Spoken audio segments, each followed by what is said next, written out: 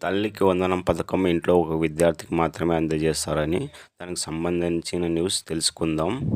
Private స్కూల్లో చదువుతున్న విద్యార్థులకు తల్లికి వందనం రాదు అని అంటున్నారు. దాని గురించి తెలుసుకుందాం.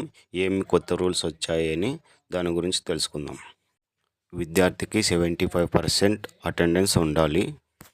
నిన్న ఒక జీవో రావడం జరిగింది. అందులో ఏముందంటే ఒకరికి మాత్రమే అని సోషల్ మీడియాలో ప్రచారం జరిగింది. దానికి సంబంధించి అఫీషియల్ క్లారిటీ రావాల్సి ఉంది. 1వ తరగతి నుండి 12వ తరగతి విద్యార్థులకు తల్లికి వందనం పథకం జమ చేస్తారు.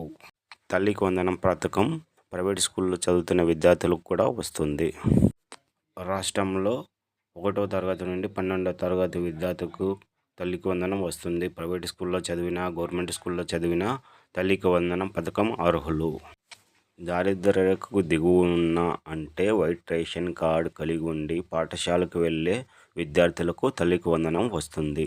స్కూలుకు పంపించే తల్లులకు సంరక్షకులకు ఏడాదికి 15,000 ఆర్థిక సాయం అందుతుంది.